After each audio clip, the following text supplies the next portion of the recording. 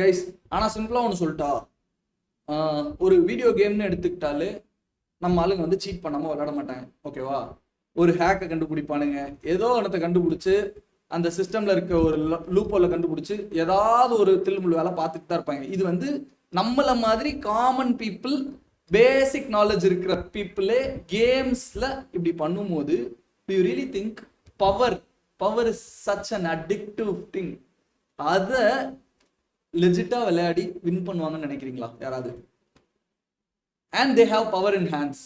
Every one, அந்த இந்த கட்சி அந்த கட்சிலாம் இல்லை, எல்லா கட்சிக்கும் ஒரு சர்டன் பவர் இருக்கு. So do you really think people will play fairly in this game?